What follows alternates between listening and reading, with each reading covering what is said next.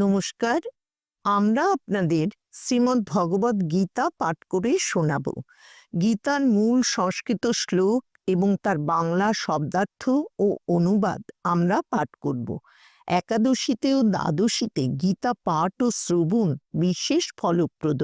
শ্রী ভাগবতে মহর্ষি ব্যাসদেব বলেছেন, ভগবানের কথা শ্রবণ করা পাপনাশক ও অতি মঙ্গলময়। শুরু করছি শ্রীমদ্ ভগবদ গীতা। প্রথমে গীতার ধ্যান সংক্ষিপ্ত। ওম পার্থায় প্রতিবোধিতাং ভগবতা নারায়ণেন স্বয়ং ব্যাসেন গ্রথিতাং পুরাণমুনিনা মধ্যে মহাভারতম অদ্বৈতামৃতবর্ষিণীং ভগবতীমষ্টাদশাধ্যায়িনীং অম্ব তামনুসন্দধামি ভগবদ্গীতে ভবদ্বেষিণীং। হে জননী ভগবদ গীতা, আপনি স্বয়ং ভগবান শ্রীকৃষ্ণ কর্তৃক অর্জুনকে কথিতা, প্রাচীন মহর্ষি ব্যাসদেব কর্তৃক মহাভারতের মধ্যে ভীষ্ম পর্বে গ্রথিতা, অষ্টাদশ অধ্যায় রূপিণী, অদ্বৈত তত্ত্বরূপ অমৃতবর্ষিণী ও সংসার মলনাশিনী ভগবতী আমি আপনার ধ্যান করি। বসুদেব সুতং দেবং কংসচানুরমর্দনম দেবকী পরমানন্দং কৃষ্ণং বন্দে জগদ্গুরুম।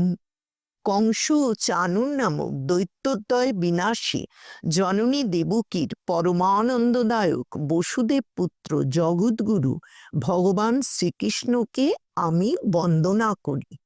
ওম নমো ভগবতে বাসুদেবায়।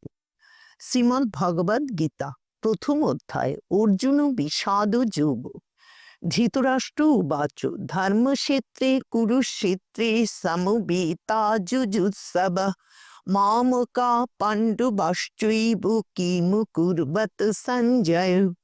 ধৃতরাষ্ট্র উবাচ অর্থ ধৃতরাষ্ট্র কহিলেন, হে সঞ্জয়, ধর্মক্ষেত্রে কুরুক্ষেত্রে অর্থ পুণ্যক্ষেত্র কুরুক্ষেত্রে যুযুৎসব মানে যুদ্ধে অভিলাষী, মামকা আমার পুত্রগণ, পাণ্ডবশ্চৈব এখানে ভেঙে হচ্ছে পাণ্ডবা চ ইব এবং পাণ্ডবেরা, সমবেতা সমবেত হইয়া, কিম অকুর্বত কি করিলেন।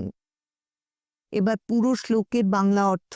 ধৃতরাষ্ট্র কহিলেন, হে সঞ্জয়, পুণ্যক্ষেত্র কুরুক্ষেত্রে যুদ্ধাভিলাষী আমার পুত্রগণ এবং পাণ্ডুপুত্রগণ সমবেত হইয়া কি করিলেন।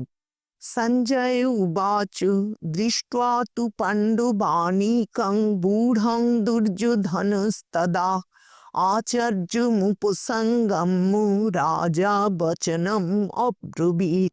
সঞ্জয় উবাচ অর্থ সঞ্জয় কহিলেন, তদা অর্থাৎ তৎকালে, পাণ্ডব অনিকং পাণ্ডব সৈন্যগণকে, বূঢ়ং অর্থাৎ বুহাকারে সজ্জিত, দৃষ্টাতু মানে দেখিয়া, রাজা দুর্যোধন আচার্যম উপসঙ্গম্য আচার্য সমীপে যাইয়া, বচনম অব্রবীৎ এই কথা বলিলে।